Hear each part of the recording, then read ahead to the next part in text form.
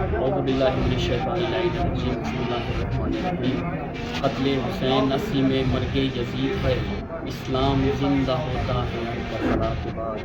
آج خانوادہ اہل بیت نے کربلا کے میدان میں، کربلا کے بیابان میں اپنی قربانیاں پیش کر کے اسلام کو وہ آبیاری کی کہ روز قیامت تک اسلام جو ہے وہ پروان چڑھ رہا ہے۔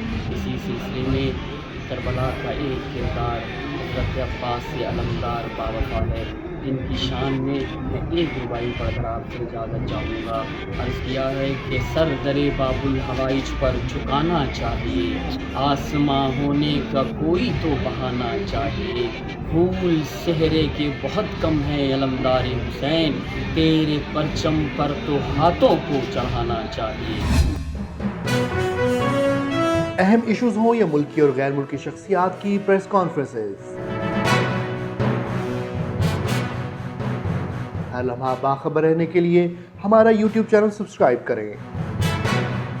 باوثوق ذرائع سے مصدقہ خبروں، تجزیوں اور تبصروں سے مستفید ہونے کے لیے ابھی ہماری ویب سائٹ کو وزٹ کیجیے۔